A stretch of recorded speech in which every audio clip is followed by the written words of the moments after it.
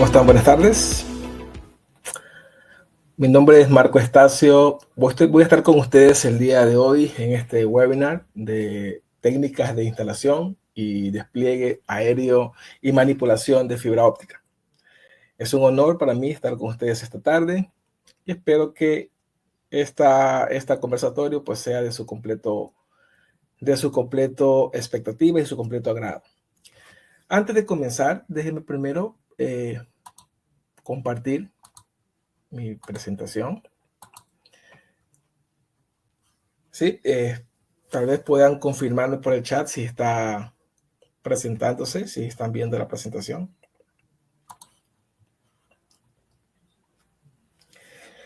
A ver, dice... Ok, gracias. Sí, me dice que está correcta la presentación. Entonces, vamos primero. Quiero presentarles un poco a Cablix. Si ustedes no conocían a Cablix, posiblemente no. Bueno, quiero que me den la oportunidad de dos minutos presentarle a Cablix antes de comencemos en el tema de hoy, ¿no? Entonces, lo primero que quiero decirles es que Cablix es una marca de productos de telecomunicaciones, pero principalmente somos fabricantes. Somos fabricantes de productos para telecomunicaciones, pero no solamente en el área de fibra, como tal vez ustedes puedan pensar, porque es lo que nos atañe este día, sino que también tenemos otras aristas, otros segmentos en el cual tenemos interés, como por ejemplo cableado estructurado, categoría 5, categoría 6, categoría 6A, por ejemplo, y lo que es metal mecánica, todo lo que son los racks de telecomunicaciones, gabinetes, bandejas, todo ese tipo de productos que son adyacentes a la red, pero que al fin del día forman parte de ella. Tenemos fábricas en China y tenemos fábricas en India. Son los dos lugares en los cuales tenemos fábrica y tenemos un poco más de 1000 ítems dentro de nuestro portafolio de productos. La cantidad de años en el mercado y también tenemos presencia en más de 15 países de la región. Yo estoy hablando solamente de lo que es América como tal. Ok, entonces eso es más o menos lo que es Cablix. Tenemos nuestra oficina principal para la región, está aquí en Estados Unidos, donde me encuentro ahora. Y por medio de Andina Link, ustedes podrían tener acceso no solamente a información sobre nuestros productos, sino también información sobre nuestras capacitaciones continuas, ¿no? Una cosa que quería decirles que tiene que ver con esta capacitación o con este webinar, que pueden hacer las preguntas al final. Bueno, pueden escribir sus preguntas tan pronto le vayan llegando y yo les voy a tratar de leer o darle forma al final o respuesta al final de la presentación. ¿Ok? Entonces, con eso podemos comenzar. Lo primero que voy a decir con respecto a esta conversación que vamos a tener puntualmente es que si realmente tenemos claro que cuando estamos hablando de planta externa, tenemos ciertos equipos o ciertos grupos de técnicos de instalación que son los que van a hacer el trabajo como tal, ¿no? Que son los que van a estar ejecutando el trabajo en la planta exterior. Primer grupo, que es el grupo que se encarga del lanzamiento de los cables. Ellos son expertos en eso. Saben sobre radiocurvaturas, saben sobre técnicas de instalación, ¿no? Saben sobre compresión, tracción, tensión, todo lo necesario con respecto a su trabajo, que es tirar cables o despliegue de cables. El segundo grupo es el grupo que se encarga de los empalmes, de fusión, de la organización, de las cajas, de la codificación de cada una de las cajas y de las pruebas de esa sección que se le ha recomendado. Entonces ellos son expertos en esa área. Y un tercer grupo es el grupo de la activación al cliente, ¿no? El que trabaja en la última milla, el que instala con la fibra drop, que está en la caja de terminación, hacia el usuario final. Ahora, estos tres grupos necesitan tener cierta instrucción a nivel de seguridad. A nivel de seguridad, según la OSHA, que es la Administración de Salud y Seguridad Ocupacional, necesitan tener cierta instrucción. Por ejemplo, dentro de la OSHA se determina los famosos equipos de protección personal. Por ejemplo, botas para los pies, casco para la cabeza, arnés de seguridad, en fin. Toda esta información es imprescindible para ellos. de tal manera de que ellos puedan también tener la seguridad y la instrucción con respecto a lo que es seguridad y señalización. Pues van a tener que señalizar el área en el que trabajan, porque recuerden que estamos trabajando en planta exterior, y en planta exterior nosotros no tenemos control de nada. No tenemos control de la situación atmosférica, climatológica, pero tampoco tenemos control sobre lo que pasa con respecto a los peatones, por ejemplo, con respecto a las áreas de trabajo. Entonces es un lugar un poco complejo. Se necesita tener instrucción, por ejemplo, conos de seguridad para coordinar el área, cinta de peligro, chalecos que identifiquen o algún tipo de camisetas con algún tipo de señal reflectiva que alerte a los peatones o a los transeúntes que ahí es un área de trabajo y que solamente en esa área pueden ingresar personas autorizadas. Es importante que tengan también información relevante con respecto a los riesgos eléctricos. Si se trata de una instalación en postes, como de hecho este conversatorio es, pues entonces la posibilidad de recibir un impacto eléctrico es muy grande. Entonces es necesario que los técnicos que están trabajando en la planta exterior y van a hacer trabajos de ese tipo tengan la instrucción necesaria para que puedan salvaguardar sus propias vidas, la vida de sus compañeros y también la seguridad de los peatones o los transeúntes en la calle. Otra cosa que es irrelevante, que no es negociable para este grupo de trabajo, sí, que es completamente relevante y no es negociable, es que tengan capacitación en riesgo de trabajo en altura. Ellos deben saber cómo se deben comportar cuando están sobre cierta altura, cuando es trabajo en altura, cuando no lo es, cómo funcionan las escaleras, subir y bajar de ellas. Deben tener claro el plenum, deben tener claro ciertos conceptos para que puedan realizar su trabajo de forma correcta. Entonces, esta información está siempre dentro de una normativa. Y la normativa que revisa eso, lo vimos al principio, es el tema de la OSHA. Ahora, no sé en qué país del mundo ustedes estén, pero lo que necesitan primero saber es que si en su país existe una norma local o nacional con respecto a estos temas, esa es la norma que tienen que observar. Si no existiese una norma con respecto a estos temas, entonces ustedes revisan u observan la norma internacional, que en este caso es la norma de la OSHA. Yo hablo de este punto porque no conozco la realidad puntual en cada uno de sus países. Ahora sí, este es el formato de un carrete de fibra. Los carretes de fibra vienen completamente cover, ¿no? Cubiertos. Y vienen cubiertos por dos razones principales. La primera es, pues por supuesto, salvaguardar la integridad del cable de fibra, de algún golpe, ¿no? de alguna amayudadura, ¿verdad? Mantenerlo completamente saludable. Pero la segunda opción, que no por ser segunda es menos importante, es que el carrete de madera se mantenga también saludable. Es completamente imperativo que ese carrete se mantenga lo más saludable posible, porque en el momento de la instalación vamos a necesitar esa cualidad del carrete. Entonces, es lo primero que debemos saber. Cuando vamos a manipular un cable, es decir, lo vamos a transportar o lo estamos manipulando para almacenarlo, necesitamos saber que el carrete siempre tiene que mantenerse sobre los flancos, en posición vertical, si lo quieres ver de esa manera. Siempre sobre los flancos, jamás acostado sobre sus flancos o de forma horizontal. Porque si eso ocurre, por ejemplo, si lo pongo de forma horizontal o sobre los flancos, pues si hay, por ejemplo, una inundación, pues el agua va a llegar a la madera y posiblemente eso haga que se pudra con el tiempo o que se aflojen los tornillos y el carrete llegue a un estado deplorable en el momento, hasta el momento que yo vaya a instalarlo. Sea que sea incluso por el mismo hecho de la humedad. Entonces, cuando yo lo estoy almacenando, no puedo ponerlo uno encima de otro.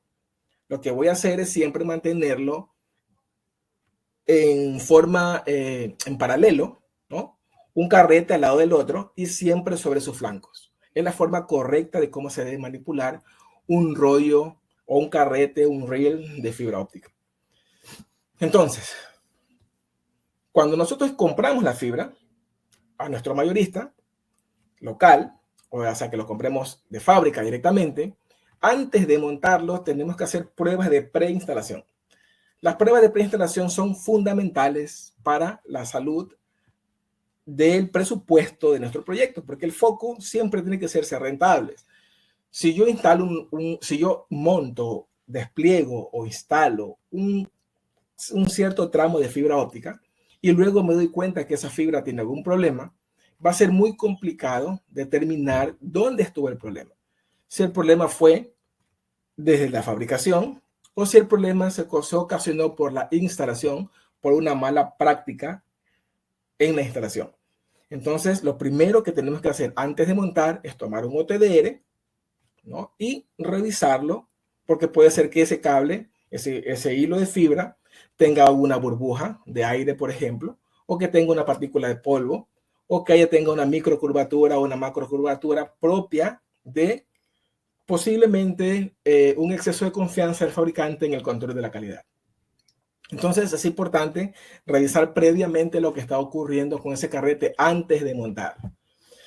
Una vez que yo tenga todo eso claro, ya estoy listo para poder identificar las secciones o las áreas en las cuales yo voy a implementar esa fibra, que por supuesto, de forma general, son solo dos.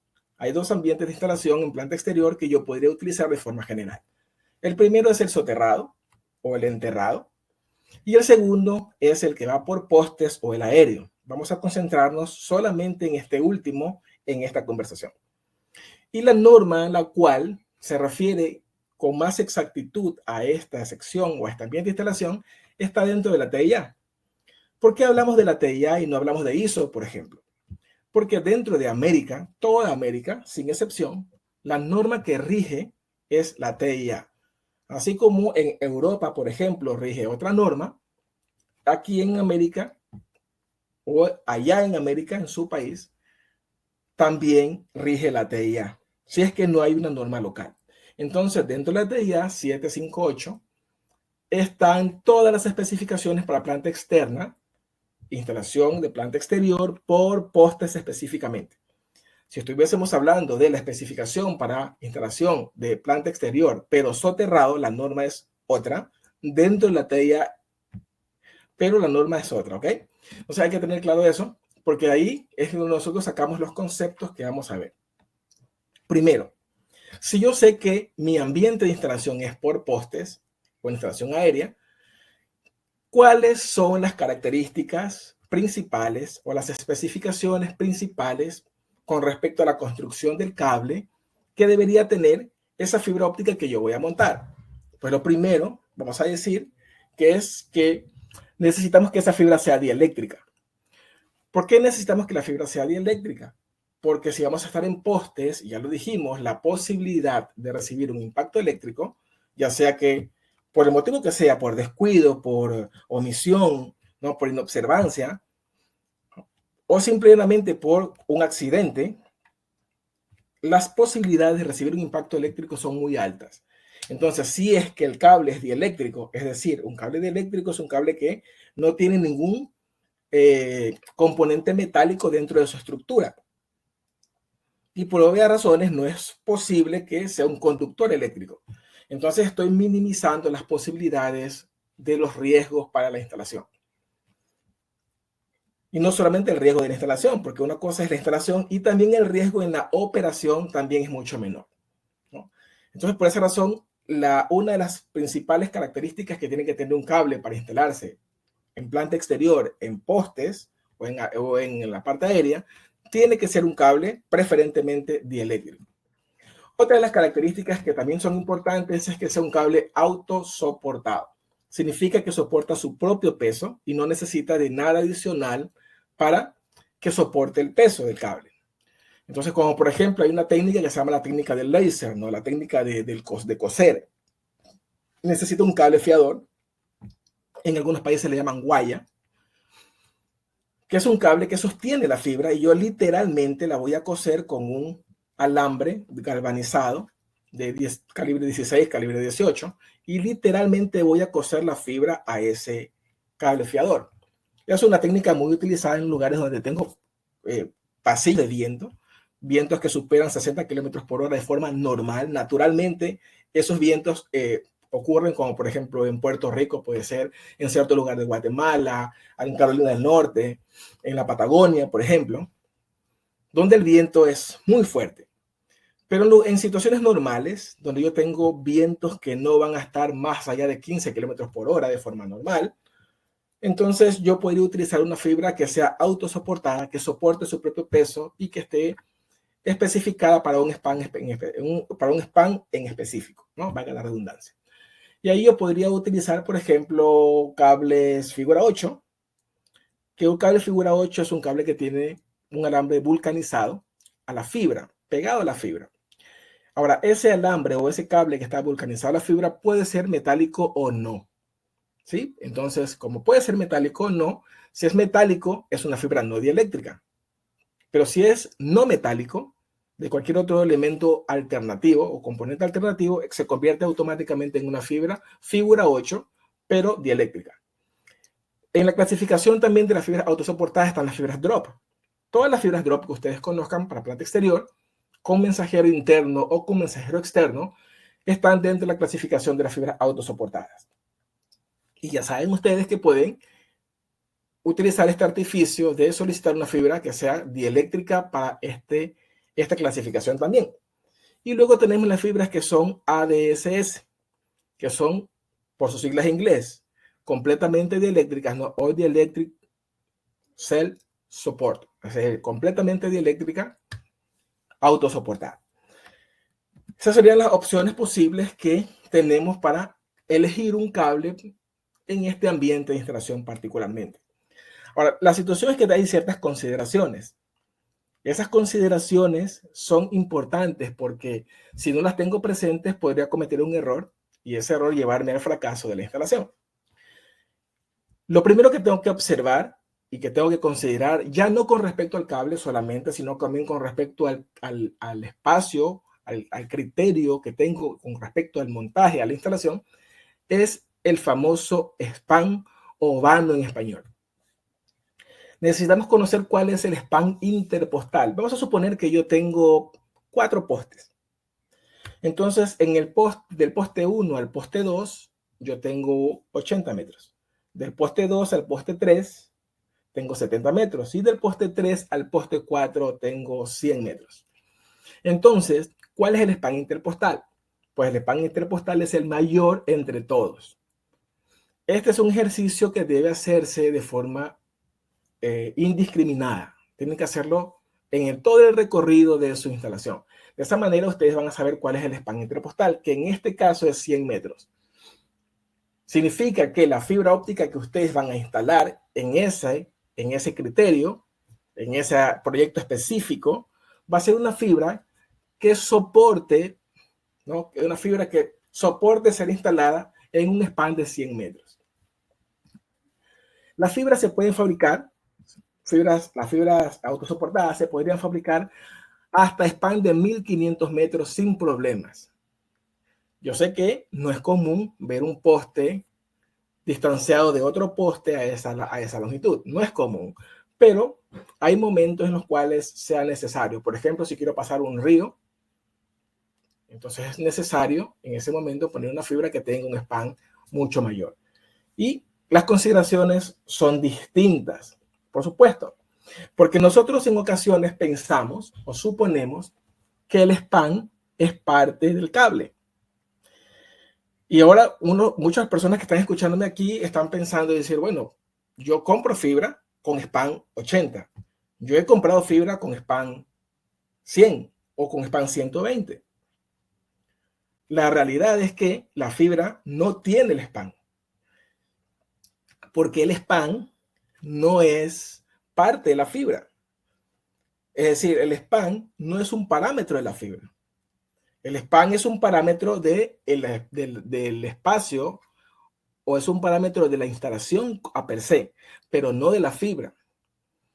Por ejemplo, si yo digo que es un parámetro de la fibra, significa que son los parámetros que son parte de ese componente o son parte de ese producto. Por ejemplo, la cantidad de hilos, 12 hilos, eso es un parámetro de la fibra. El tipo de hilo, monomodo o multimodo, lo que estés usando, ese es un parámetro de la fibra. El tipo de chaqueta, HDPE, por ejemplo, polietileno de alta densidad, ese es un parámetro de la fibra, pero el span no lo es.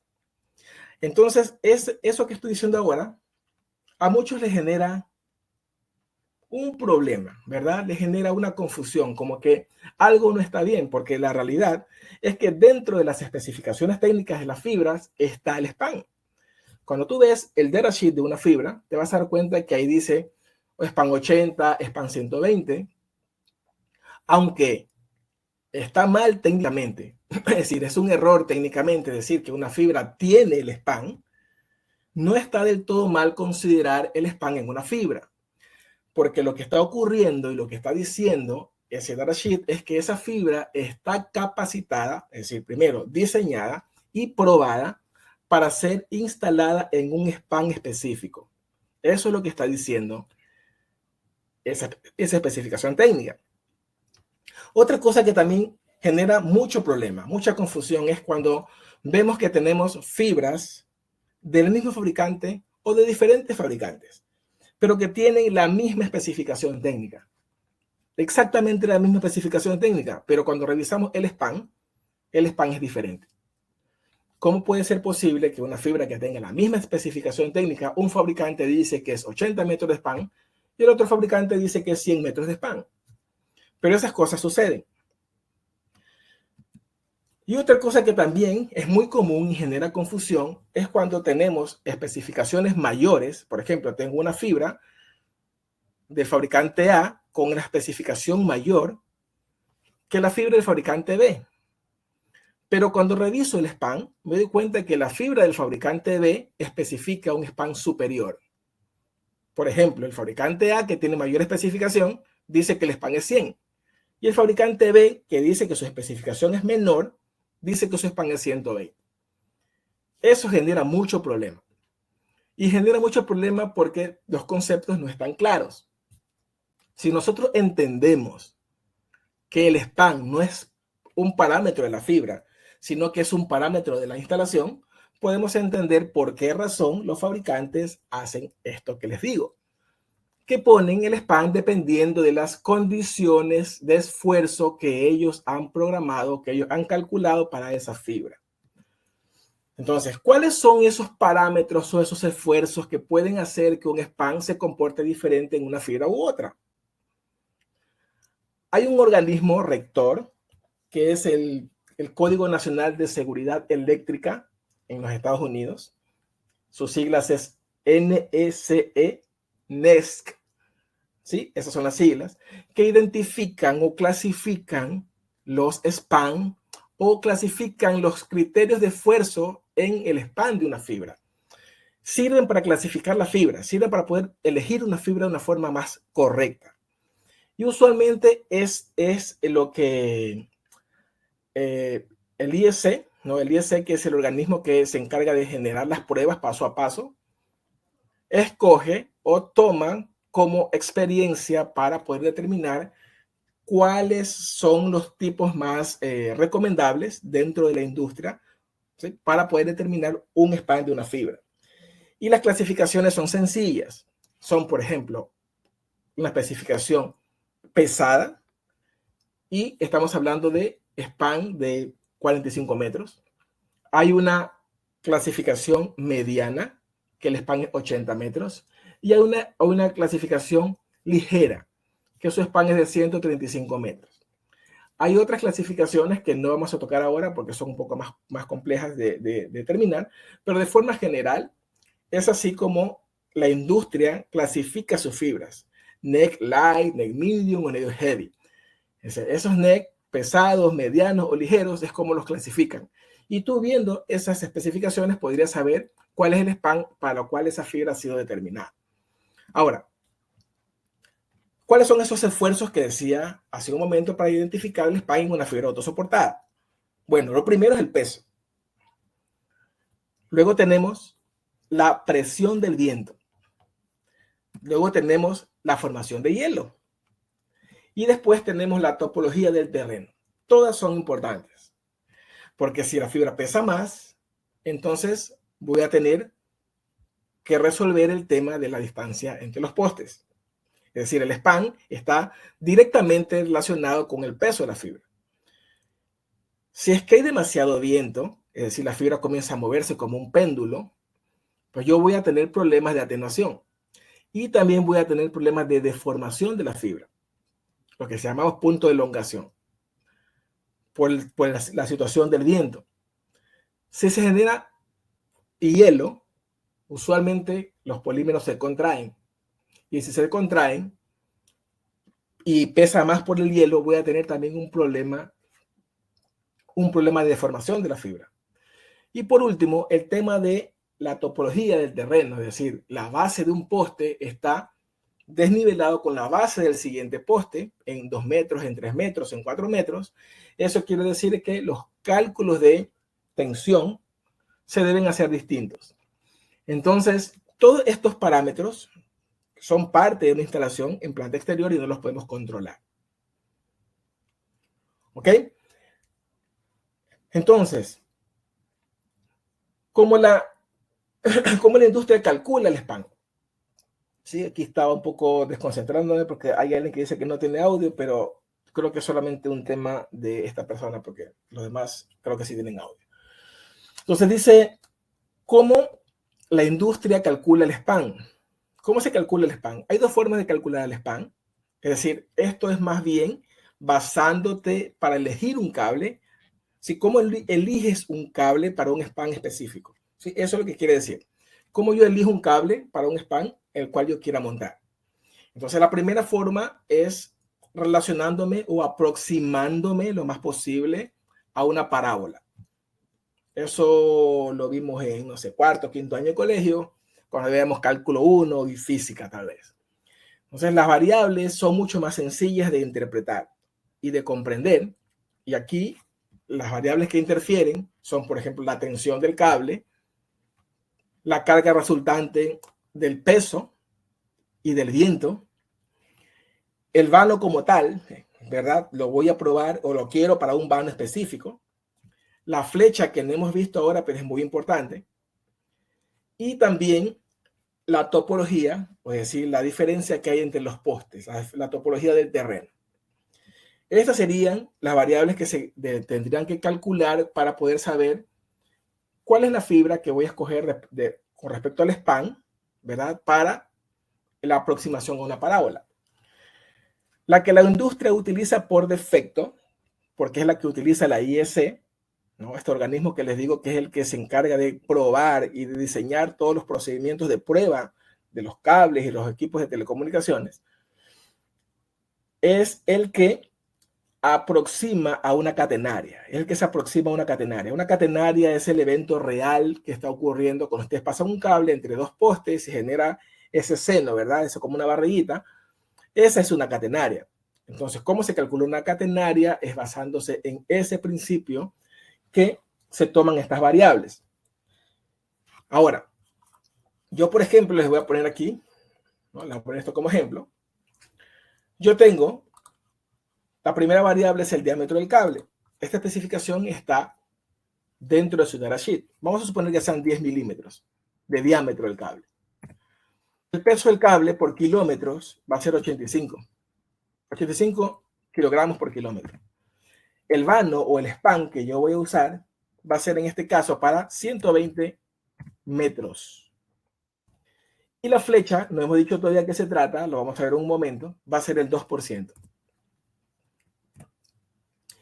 Y la velocidad del viento, vamos a suponer que tenemos una velocidad del viento moderada de 15 kilómetros por hora. Entonces, yo voy a necesitar una fibra que va a tener 120 metros de span y con esa especificación. La voy a montar en un máximo de 120 metros de span. Yo lo sé porque yo ya hice mi recorrido. Entonces, ¿qué me dice? Que yo podría poner una fibra. Yo voy donde mi proveedor y le digo, véndame una fibra de 80 metros de span y va a funcionar, siempre y cuando los parámetros sean reales. Por eso les decía que el span tiene que ver con la fibra, sí es cierto, pero el span no es un parámetro de la fibra, el span es un parámetro de la instalación. Entonces, yo me doy cuenta que montando, en este caso en particular, una fibra de 80 metros de span, no voy a tener problema de deformación de la fibra, ni problema de microcurvaturas, ni problema de atenuación, porque con estas condiciones que yo estoy poniendo aquí, una fibra de 80 metros de span funciona bien. Una fibra de 100 metros de span también va a funcionar bien. Una fibra de 120 metros de span va a funcionar bien. Ahora, si yo cambio los parámetros y yo digo que ya no van a ser 15, sino van a ser 60 kilómetros por hora, entonces una fibra de 80 no va a funcionar bien. La de 120 sí, pero porque el parámetro cambió. Ahora, si yo adicionalmente a eso digo que también la fibra no va a tener 10 milímetros de diámetro, sino que va a tener 15 milímetros de diámetro. Entonces la fibra de 120 metros de span tampoco va a funcionar. ¿Por qué? Porque la fibra es más grande y reacciona de cierta forma, vamos a decir que reacciona peor a esta situación de la fricción del viento o de la presión del viento. Entonces, aunque yo tenía 120 metros, es lo máximo que yo voy a instalar la fibra, y yo compré una fibra de 120 metros de span, aún así voy a tener problemas.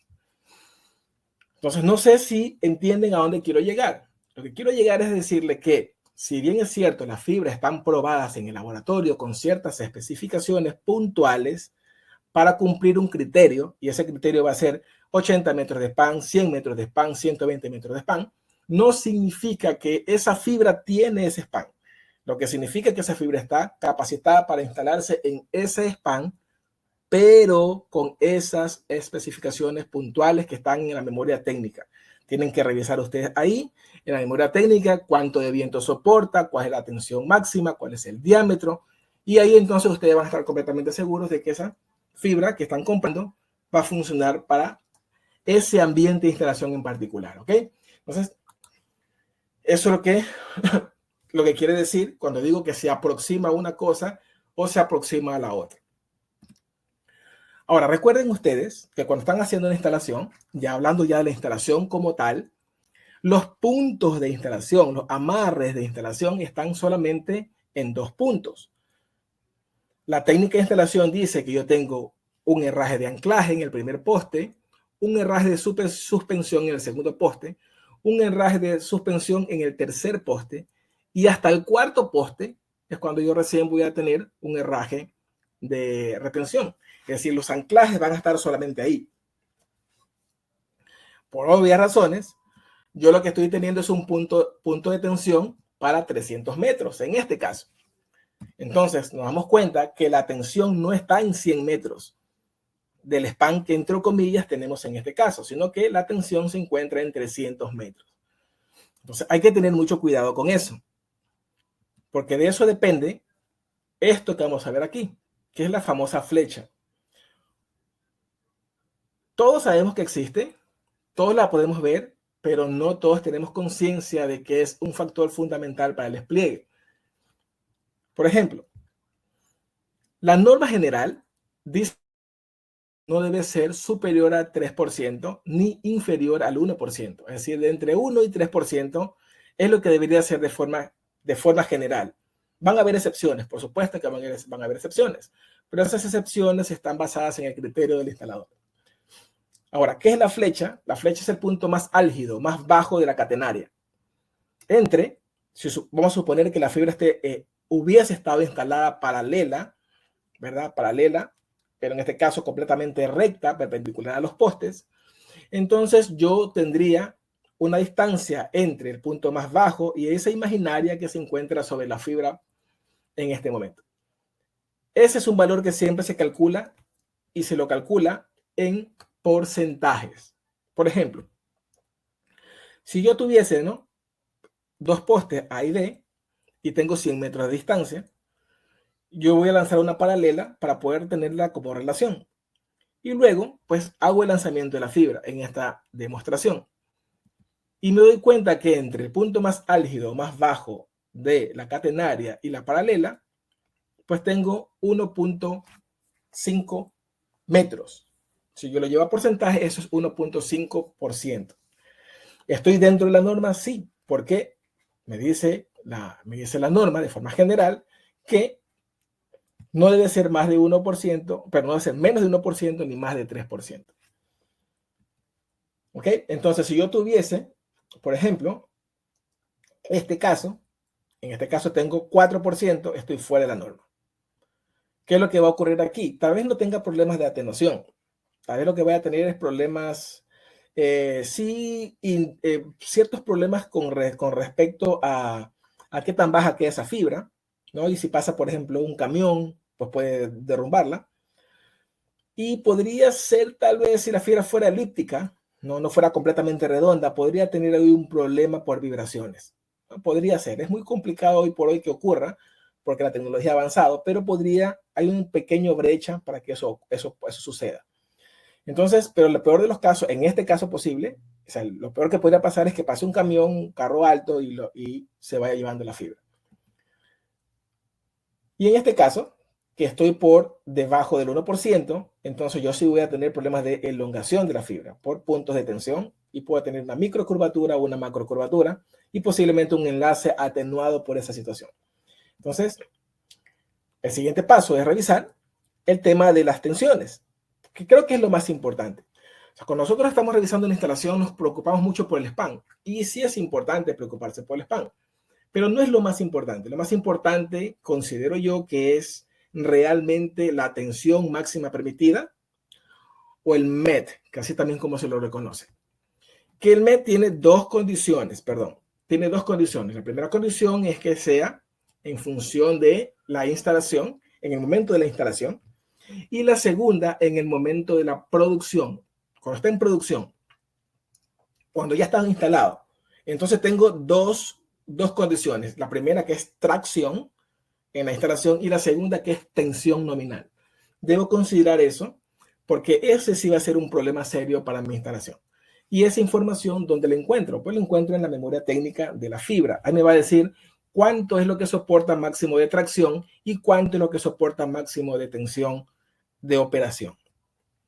Porque lo que yo necesito es resolver esta situación de la deformación del cable. Cuando el cable está deformado, es decir, llegó a un punto de elongación y lo sobrepasó, ya no hay vuelta atrás, no hay forma de recuperarlo. Me toca desmontar la fibra, cortar el tramo que tiene el problema y volver a resolver ese problema por medio de empanes de difusión. Y por obvias razones estoy metiendo más atenuación al enlace, porque hay pérdidas en decibelios que son adherentes a los empalmes. Entonces es complicado no observar este tipo de cosas, que son las que deforman la fibra. Por ejemplo, la tracción que ya habíamos hablado, la compresión, la flexión y la torsión. Todos estos fenómenos se dan por medio de la tracción mecánica o la tracción manual, cuando estamos haciendo una instalación. Entonces yo necesito tener cuidado, revisar la especificación técnica y validar que estos cables que yo he seleccionado para ese ambiente en particular cumplan con los criterios mínimos necesarios para que ese cable sea instalado con seguridad. Ahora, ¿cómo la industria hace o diseña sus cables para que de cierta manera evitemos la deformación del cable? Lo primero son los cables que son los más comunes, ¿verdad? Los cables con mensajero. Si es un cable con mensajero, sabemos que la presión, o sea, que la tracción y la tensión no va a estar en el cable como tal, sino en el mensajero. Y de esa forma resolvemos el problema que habíamos mencionado anteriormente.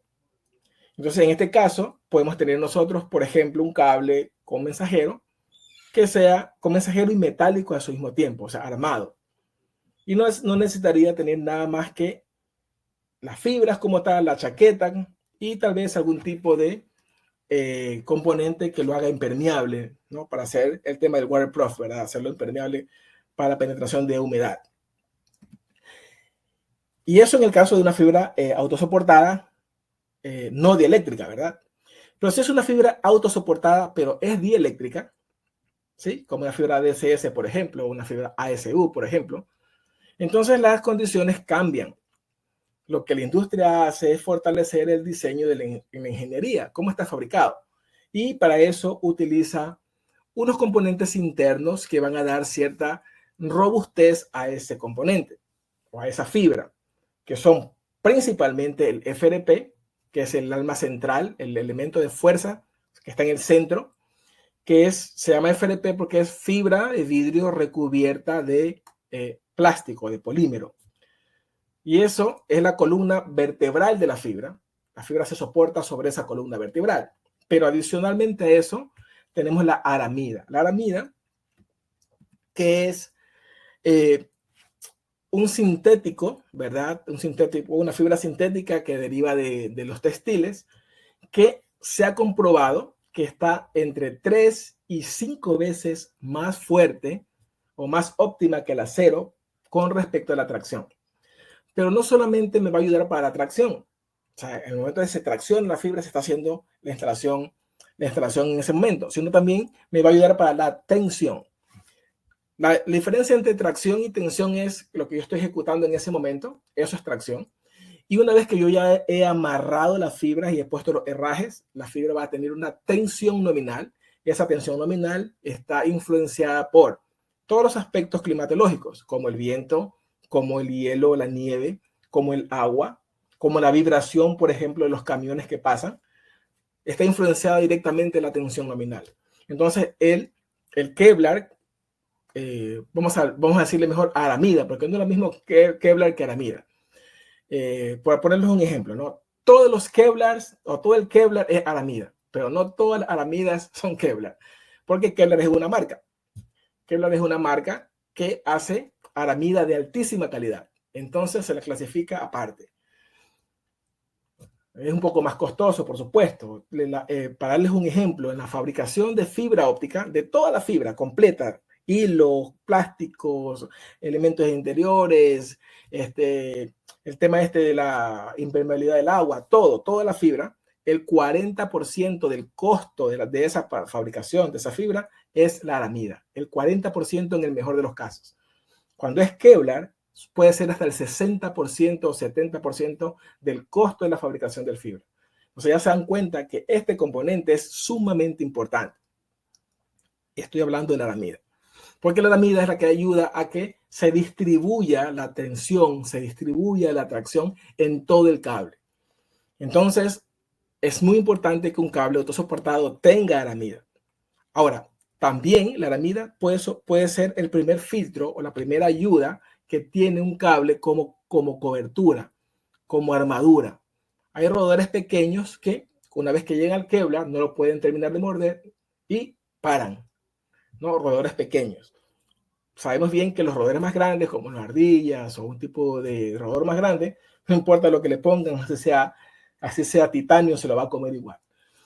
Ok, entonces eso es la de Kevlar, y el Kevlar es parte de la composición que un cable autosoportado debería tener en su estructura para poder resolver esta situación de la tensión y la tracción. Ahora, ¿cuál es la estructura del cable? Hay dos estructuras que se manejan con respecto a su función de instalación tanto para interiores o como para exteriores, o sea, su instalación con respecto al criterio de instalación como tal. Entonces, existen solo dos, no vamos a ver la otra porque tiempo no tenemos mucho, solamente vamos a ver la estructura que es la estructura holgada o loose-tooth. Todas las fibras que van para la planta exterior son de estructura holgada o loose-tooth. Significa que es una fibra que es multitubular y que dentro de cada tubo o dentro de cada ducto están las fibras y las fibras están dopadas, ese ducto está dopado, está lleno de gel o de algún tipo de elemento que haga que esa fibra se convierta en impermeable. Entonces, esa es la estructura de una fibra con estructura holgada. ¿Okay? Hay una estructura que se llama estructura ajustada, que no vamos a ver ahora. Entonces, todas las fibras para planta exterior deben ser estructura holgada, porque allá afuera yo no tengo control y la humedad está presente. Entre las fibras que tienen estructura holgada están las famosas fibras ADSS que le mencionaba hace un momento. All Dielectric Cell Support. ¿Okay? Eso significa que es una fibra que es completamente dieléctrica, autosoportada y puede ser instalada en postes y también puede ser instalada en ducto de una forma, vamos a decir, con una forma reservada, ¿no? Siempre hay que tener cuidado, si no hay plagas de roedores grandes, por ejemplo, pues yo podría instalarla en ducto siempre y cuando el ducto esté completamente limpio. Y esta es la fibra que se utiliza en el 80% de las instalaciones de planta externa, porque es la fibra que se utiliza para hacer las instalaciones de troncales de primer nivel, troncales de segundo nivel, por ejemplo. Porque yo no tengo limitación con respecto al conteo de hilos. Por cada ducto, por cada tubo holgado, yo puedo tener un máximo de 12 hilos. Es decir, que si yo tengo una fibra de 48 hilos, yo podría tener una configuración de 4 ductos, de 4 tubos luz, cada uno con 12 fibras. Y para que la fibra se mantenga en su forma redonda, posiblemente se agreguen tubos luz adicionales que son rellenos nada más, no tienen fibra adentro. Simplemente es para que la fibra mantenga su forma redonda. Y estas serían algunas de las clasificaciones de las fibras ópticas ADCS. Puede ser una sola chaqueta, puede ser doble chaqueta, pero al fin del día, si es fibra ADCS, siempre tiene que ser autosoportada y completamente dieléctrica. Es decir, no tiene que tener nada metálico. Otra fibra que es autosoportada y que también es elegible hoy por hoy es la fibra ASU. La fibra ASU es una fibra que también se utiliza para hacer ciertos trabajos con respecto a la ramal, a veces troncal de segundo nivel, porque el conteo de hilos es limitado. ASU significa una fibra que es autosoportada para instalar en postes, pero de un solo tubo. Entonces, si tiene un solo tubo, la mayor cantidad de hilos posible es 12, siempre y cuando esté dentro de la norma. Si hay de 24 hilos que también existen, esa es una respuesta que el mercado le ha dado, o sea, que la industria le ha dado al mercado, pero está fuera de la norma. Son fibras personalizadas que tienen hasta 24 hilos, pero dentro del mismo tubo. Entonces, rompe la norma. Sin embargo, existe el producto, está en el mercado y algunos lo pueden, y si es personalizado porque no hay una norma para eso, ¿no? Cada fabricante puede fabricarlo como quiera. Los primeros 12 hilos van a estar del color naranja al color verde aqua, y los segundos 12 van a ser los mismos, pero tal vez tengan un número del 1 al 12, o tal vez estén pintados de color negro, o tal vez estén pintados de color verde. Eso lo va a hacer el fabricante como quiera. Por eso se llaman fibras personalizadas. Hay vamos a decir que esa licencia para hacer en este caso esto. Entonces, esta fibra tiene un conteo muy limitado, y esa razón la limita a que también el span sea más corto, span de 80 metros, y que el peso y el diámetro sea menor. Entonces se va a comportar también diferente con respecto a la instalación. Ahora, dentro de las instalaciones de postes hay varias, pero vamos a ver solamente dos que son las más comunes por cuestiones de tiempo. La primera es una instalación que se llama instalación manual, ¿verdad? Que se llama instalación de desplazamiento de carrete. Lo que se hace es que se amarra, o sea, se pone un anclaje en el primer poste, luego se ponen poleas. Esas poleas no están amarradas, simplemente son para que la fibra se recorra. Luego manualmente alguien va a ir acomodando la fibra y el carrete va avanzando según vamos avanzando en la implementación. Hay una distancia de seguridad, por supuesto, porque un carrete de 4 kilómetros o 4.000 metros podría llegar a pesar más de 1 tonelada. Si ese carrete está defectuoso, si ese carrete está podrido o está flojo los pernos y no puede desenredarse, ya tengo un problema para la instalación. De ahí porque los carretes se tienen que cuidar en el almacenamiento, tienes que cuidarlos porque si no te complica una eternidad la instalación. Y vas a hacer un trabajo de un par de horas, ahora vas a tener que dedicarle todo el día porque no puedes ponerlo en un portacarrete. Ahora, si llegase a haber un problema, un accidente, entonces si la fibra se desmonta del portacarrete, entonces hay una tolerancia de 18 metros entre el técnico y el carrete para evitar un accidente. Entonces siempre hay una distancia de seguridad. Y solamente puedo utilizar esta técnica siempre y cuando no tenga algo que me impida el avance del carrete. Que me lo impida, ¿no? Por ejemplo, árboles, no sé, un montículo de tierra, cosas como esa. La otra técnica es la técnica que conocemos como carrete estático. Y en este caso utilizo cuando tengo la posibilidad de no avanzar, ¿no? En este caso yo no necesito, tengo algo que me está estorbando y yo voy a utilizar esta técnica. El carrete se queda estático a más o menos 2 metros de longitud del poste y luego pues yo ya no voy a amarrar en el primer poste, sino que voy a poner poleas y voy a hacer ese trabajo, avanzar los kilómetros o los metros que tenga que avanzar hasta terminar de hacer mi instalación. Después de eso, continúo con la técnica de desplazamiento de carretes, si es que así es necesario. ¿Ok? Básicamente son las dos técnicas más utilizadas. Y luego puedo utilizar la misma técnica, pero en lugar de que lo haga con las manos, lo voy a alar con un cabrestante, con algún tipo de motor o algún tipo de winch que ejerza tracción mecánica. Ahora, dentro de la instalación como tal, yo necesito tener claro que las reservas técnicas son necesarias. Tengo que considerarlas. Las reservas técnicas no es una situación que yo pueda decidir si la hago o no la hago. Tengo que hacerla sí o sí. Porque si yo salgo de una caja, por ejemplo, tengo que dejar reservas técnicas. Si yo voy a poner una caja de hibridación, tengo que dejar reservas técnicas. Y cada cierta distancia, cada 80 metros, pero cada 80 metros no, cada kilómetro, cada 800 metros, debería dejar entre 50 y 80 metros de reserva técnica para mantenimientos correctivos y para mantenimientos preventivos. Es necesario hacerlo. Entonces, las reservas técnicas hoy por hoy no se pueden dejar en los postes porque queremos evitar la contaminación visual, queremos evitar los postes dopados, queremos evitar accidentes de postes demasiado pesados y que se caigan. Entonces, por esa razón, las reservas técnicas hoy por hoy se deben dejar en los span interpostal, así es como se llama. Es decir, desde el poste no debe haber menos de 1 metro, o sea, la reserva técnica no debe quedar a menos de 1 metro del poste. No debe quedar a menos de 1 metro del poste. Lo normal es que quede 1,80 m, pero si no hay mucho espacio, pues 1 metro es lo mínimo que podría dejar y podría utilizar este tipo de raquetas que son las snowshoes, o sea, las tipo raquetas, que me van a servir para hacer esta situación de la reserva técnica en línea, ¿sí? Ya no en el poste, porque la norma cambió.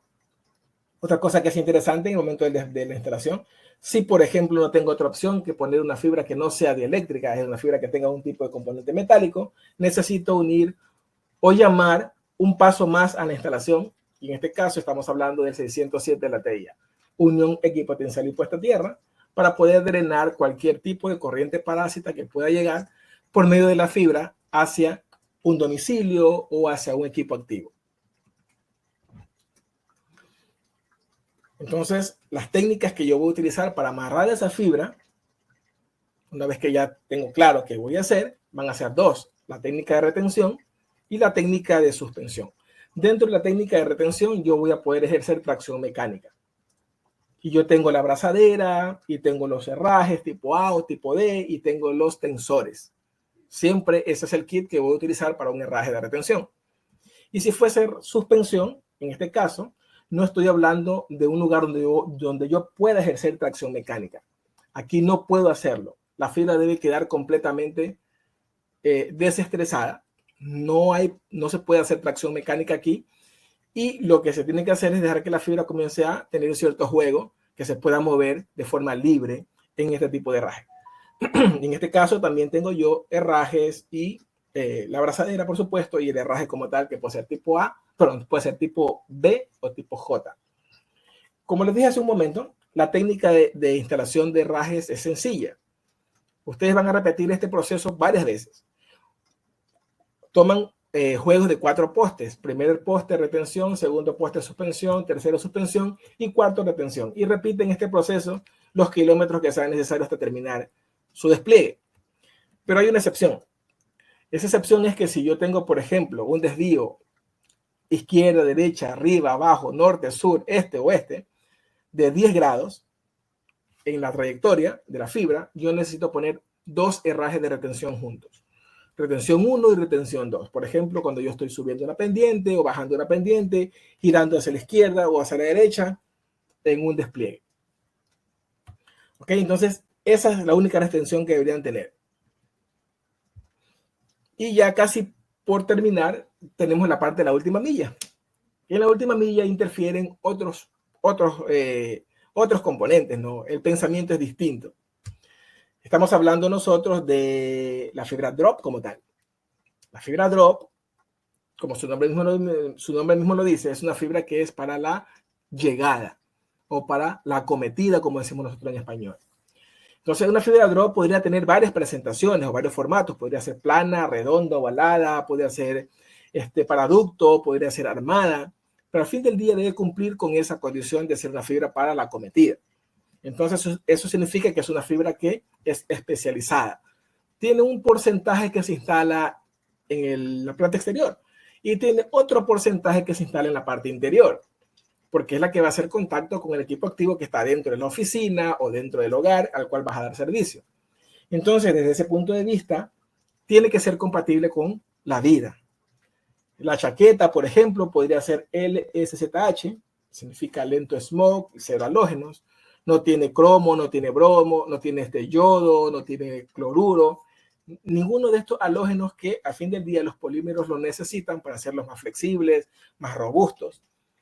Y que cuando se queman, pues simplemente generan gases venenosos o propagan gases venenosos. Entonces, nada de eso debería tener, porque tiene que ser compatible con la vida. Pero no solamente eso, sino que también cuando estamos hablando del formato, por ejemplo, el formato que se utiliza para Latinoamérica es este. Es una fibra plana que tiene dos elementos de fuerza que están en la parte interior y que tienen uno o dos hilos que están entre los dos elementos de fuerza, más un elemento de tracción exterior que posiblemente sea metálico. Entonces, cuando nosotros estamos hablando de esta presentación de fibra drop, tenemos que tener mucho cuidado con lo que vamos a hacer. Porque aunque aparentemente son iguales estas dos fotografías que están viendo ustedes aquí, representan a dos fibras completamente distintas. Con respecto a la seguridad, como les decía yo, o la compatibilidad con la vida, hay un problema. La fibra que se encuentra a su mano izquierda es una fibra que tiene como elemento central o elemento de fuerza FRP. Ya lo había mencionado anteriormente que el FRP es fibra de vidrio recubierta de polímero. Ese es el elemento de fuerza. El que se encuentra a la derecha, eso tiene como elemento de fuerza steel, o sea, es acero. Entonces, como tiene acero, esta fibra, aunque yo quisiera convertirla en una fibra no dieléctrica, no puedo hacerlo. Porque no puedo quitarle los elementos internos. Una fibra que tiene FRP, yo puedo convertirla en una fibra dieléctrica sencillo, muy fácil, haciendo solamente un procedimiento dentro de la instalación. Por ejemplo, si yo tengo la fibra que tiene FRP, yo voy a hacer la instalación, yo puedo cortar del conductor metálico, supongamos que el mensajero sea metálico, yo puedo cortar 1 centímetro a la continuidad del mensajero y con eso elimino cualquier posibilidad de que si un rayo golpea, de que si hay una inducción magnética por un transformador, pues esa corriente parásita se cole hacia el equipo final, ¿no? Se vaya directamente hacia un equipo y lo queme o, desgraciadamente, que es el peor de los casos, descargue en una persona. Y podríamos tener incluso nosotros consecuencias legales, ya no del tipo civil, sino del tipo penal, porque si hay una persona que muere, pues tiene que alguien ser responsable por eso, por ese hecho. Entonces, una fibra que tiene FRP, yo puedo evitar que esto ocurra simplemente con cortar 1 centímetro del mensajero y resolví el problema. Una fibra que no tiene FRP, sino que es metálico, no puedo hacer eso. Es imposible hacerlo porque está dentro de la fibra. Entonces, me va a tocar asumir el riesgo o hacer un paso adicional, que es el 607 que le había comentado hace un momento. Unión equipo potencial y puesta a tierra. Con lo cual yo voy a hacer un paso adicional. Tengo que hacer un paso adicional para la instalación y tengo que montar algunos elementos que no tenía considerado porque no son telecomunicaciones como tal, pero sí son para proteger esa telecomunicación. Con lo cual, obviamente, se incrementa mi presupuesto. Entonces hay que tener mucho cuidado porque el foco de toda instalación siempre es ser rentable. Entonces no tiene sentido de que yo vaya luego a tirar todo por la borda simplemente porque escogí el producto de una forma incorrecta. Entonces, esto que está aquí es con respecto a la instalación. Las fibras drop de este tipo en particular no se especifica el span. La fibra drop no especifica span. y no especifica spam por una razón muy sencilla, que la fibra drop es para la última milla. Y cuando estamos hablando de la última milla, estamos diciendo que los postes no van a estar en una separación más allá de 45 metros uno del otro, porque es la parte urbana. En la parte urbana, por norma eléctrica, los postes no están distantes más de 50 metros, en el peor de los casos. Entonces, no se especifica spam por esa razón. Lo que quiero decirles es que dentro de la especificación, dentro del tema de la instalación, ustedes como expertos deberían saber que esta fibra no debería tener una corrida de cables desde la caja de terminación hasta el usuario final, no debería tener una corrida de más allá de 150 metros, porque no está capacitada para más de eso. Y luego, pues obviamente, necesitamos tener los herrajes, que en este caso son puntuales para fibra drop, que son herrajes de retención también. Aquí no hay suspensión. Sí es verdad, son herrajes de retención, pero son herrajes de retención que tienen una característica única y que solamente puede ser compatible con la fibra drop, igual con sus tensores. Ok, ya casi estamos llegando al final. Si tienen preguntas, pues vamos a ver si hay alguna.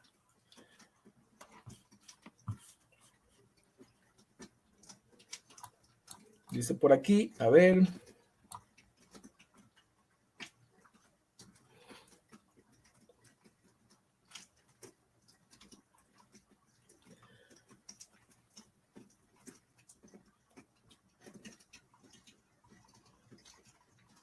Parece que no veo preguntas sobre esto. Están preguntando sobre la información. De alguna manera, entiendo yo que siempre AntenaLink graba las sesiones y luego las publica por YouTube. Entonces, tocará esperar a que den ellos de una manera, AntenaLink de el aviso.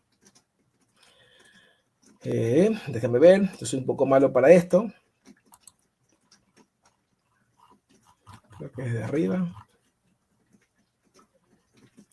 Bueno, dice Juan Gómez, ¿cuál sería la mejor manera de determinar la flecha? Bueno, la realidad es que para determinar la flecha necesitas conocer, obviamente, el span. Cuando tú conoces el span, tú puedes determinar la flecha de una forma más sencilla. Ahora, lo más recomendable no es que tú saques la flecha. Lo más recomendable es que tú preguntes cuál es la flecha. Y como vimos al principio, las normas eléctricas, los postes que tú vas a utilizar no son postes tuyos, son postes de la ciudad o de la empresa eléctrica o de alguien que los administra. Usualmente ellos manejan una métrica para las flechas y te van a decir, la flecha es 2%. Ok, si te dicen la flecha es 2% y tú no sabes a qué te refería, no era más difícil calcularlo. Pero ahora que ya sabes que el 2% se refiere al 2% del span, entonces puedes resolverlo. Es lo que yo recomiendo. Cuando ustedes no saben cuál es la flecha, pregunten a la administración de esos postes, a la compañía que administra esos postes, cuál es la flecha necesaria.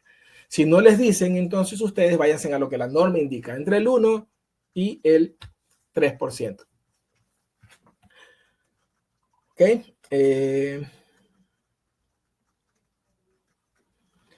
¿Habrá más bobinas de fibra? Preguntas. Bueno, nosotros tenemos una relación de partner con AntenaLink y estamos considerando hacer webinars todos los meses, por lo menos un webinar de este tipo mensual.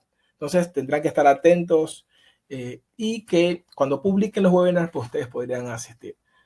También tenemos cursos de certificación que ya es un tema distinto, que tienen módulos, que tienen materiales sobre FTTX, sobre diseño, sobre planificación, en fin, ¿no? También les recomendaría que estén atentos a las publicaciones de AntenaLink para que puedan inscribirse a los entrenamientos, que son entrenamientos en línea, y hacemos una vez por año o 2 veces por año entrenamientos presenciales en Colombia.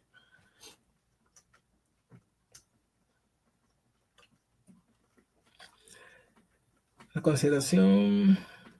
Dice, pregunta Jesús Medina, si hay alguna consideración de instalación para las NAP.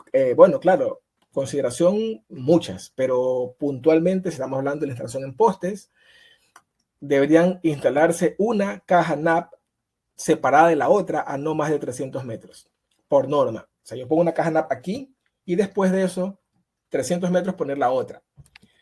No más de eso, porque eso significa que las fibras drop van a estar demasiado largas, demasiado distantes.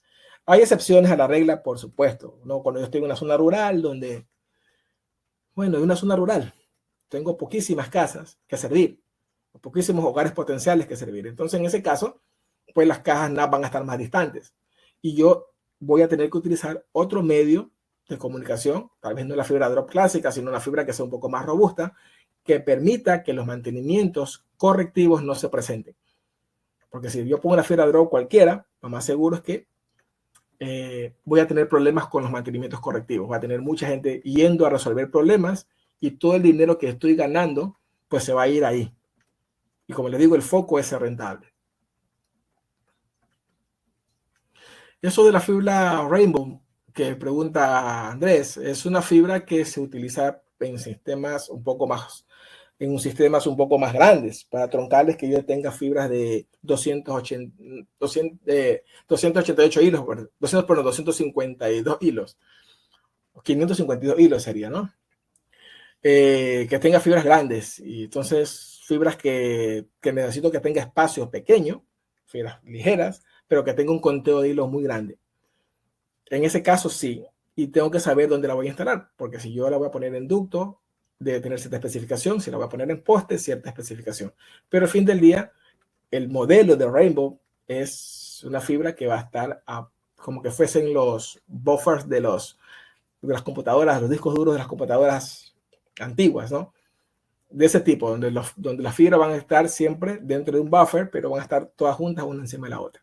Es una fibra un poco interesante, pero que no es una fibra que se instala normalmente para despliegues de FTTX, porque no te permite hacer sangrado, por ejemplo.